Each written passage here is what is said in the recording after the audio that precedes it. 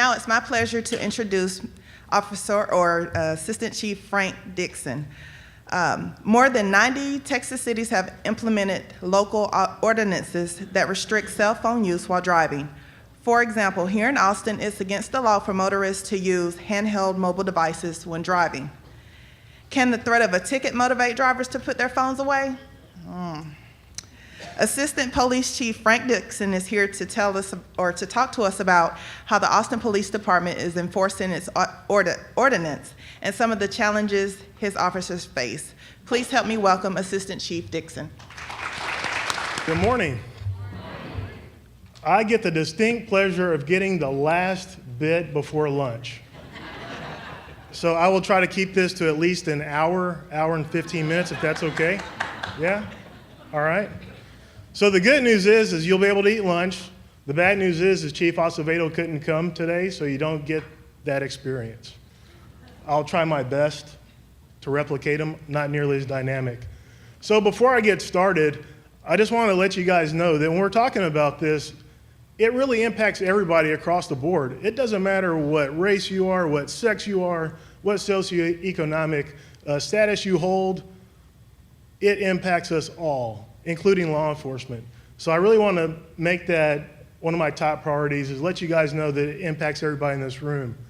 And as I was pulling up, I'm thinking about the Myers family. And I think you guys heard Mr. Myers talk this morning, right?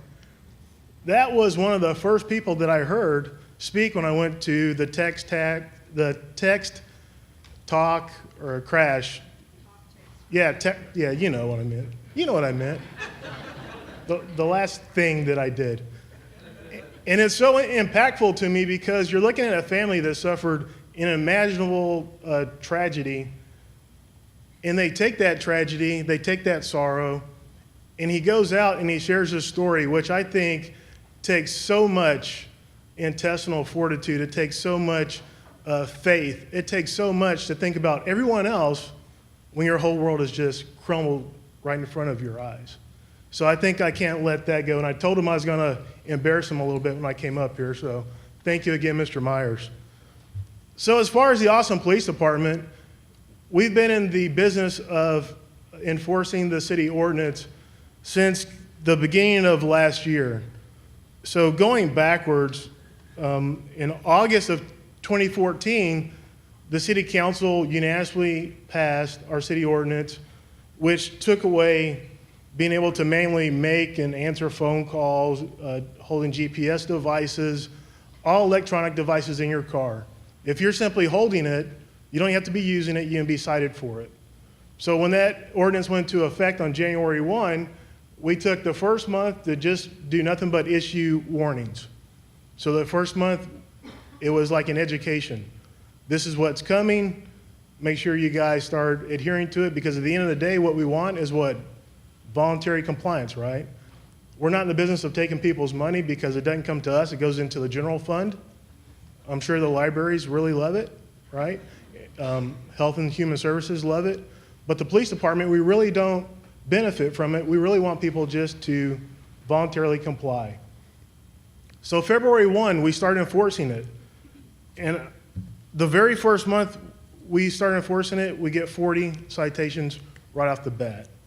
And from there, it was like a roller coaster straight downhill. In the first year, and I'm going to read these stats off of paper. I hate using paper.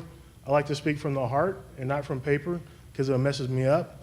But in the first year of 2015, over 5,100 citations for this ordinance.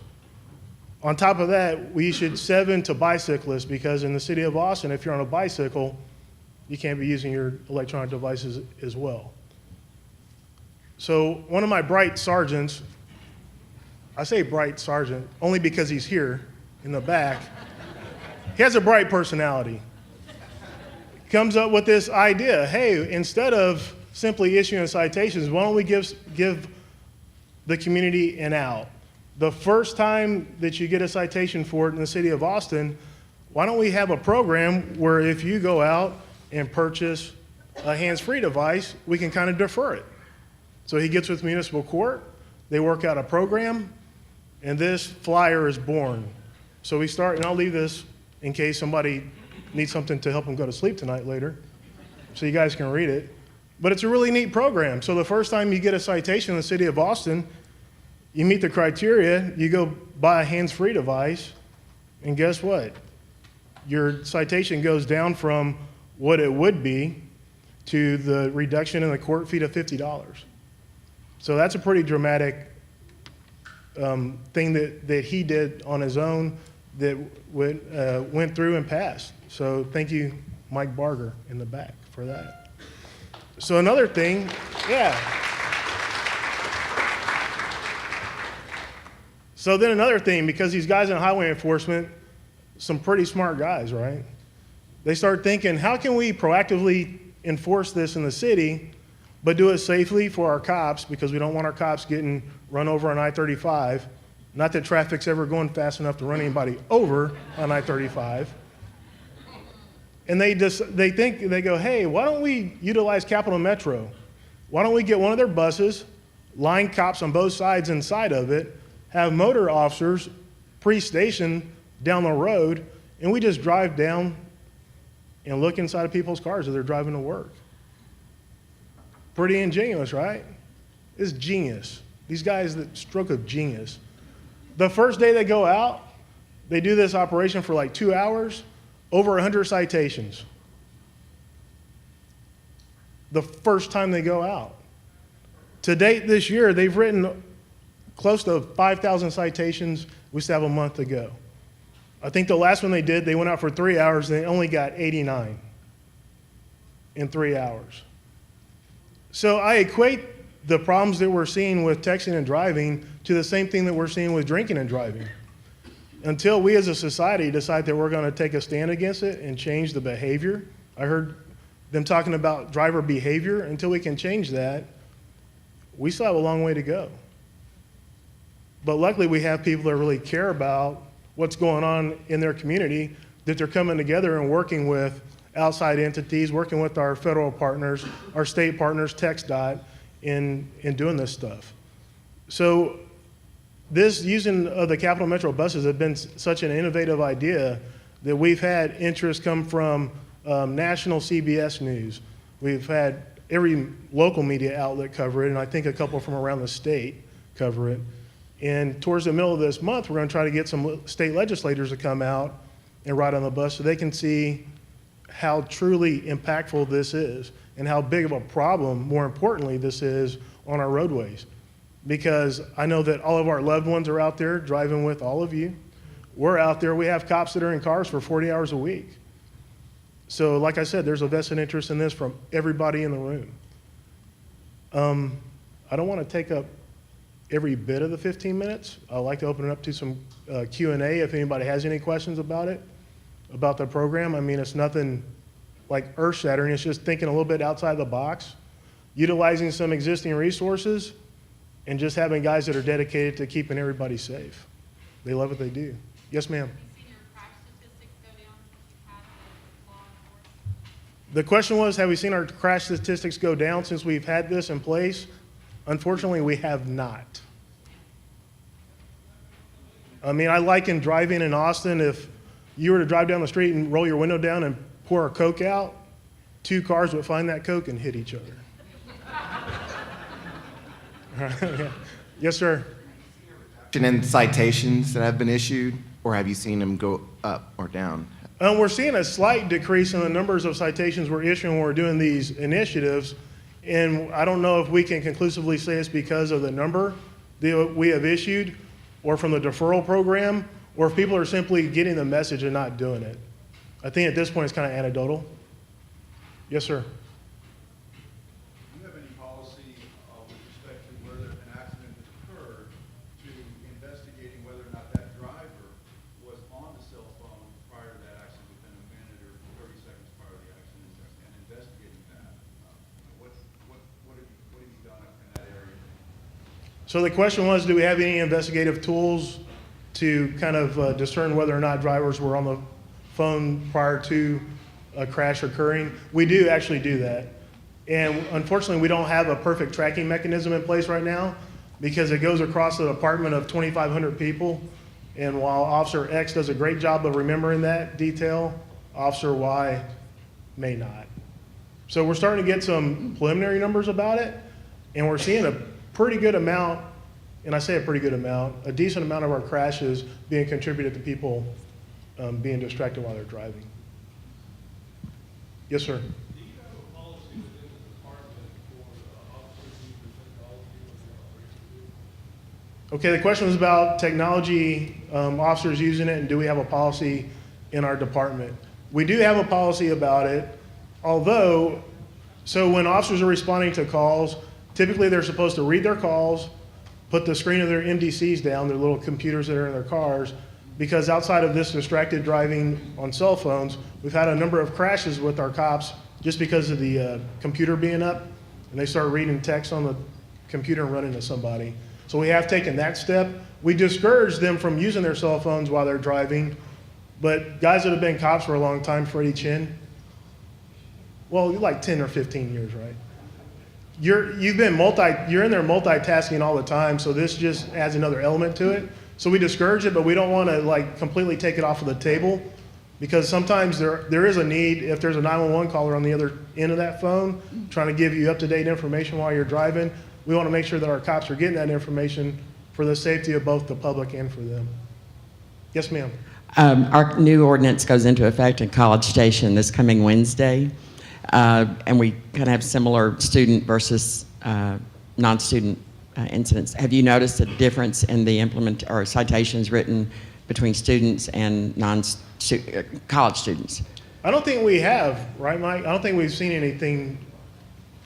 It's usually people who are actually older. Yeah, it's typically us, those of us in the room, like adults that know better. But I don't think we've taken it down Guadalupe more than once so far. We've done one initiative down Guadalupe, which kind of borders the University of Texas. I have a feeling if we did that more often, we would see more. But a lot of our student population, especially around campus, is transient in nature, so there's not a lot of them driving around. Yes, sir. What about repetitive offenders, if it is any progressive consequences for those guys?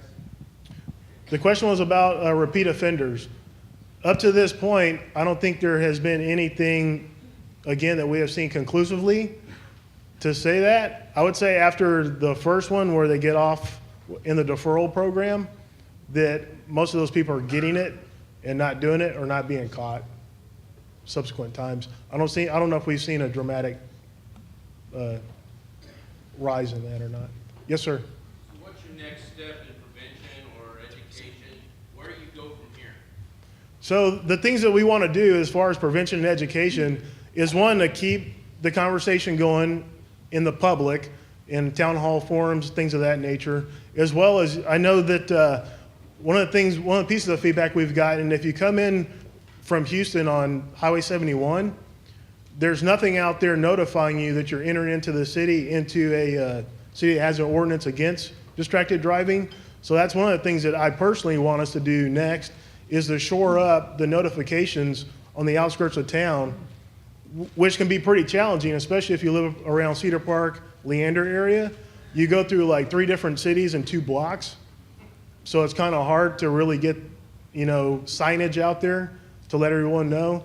Because I do know that one of the pieces of information we got from offenders is we had a lot of people coming in from Houston that were getting cited for it, and learning from them that, hey, there's no signage up letting me know about it. Yes, sir.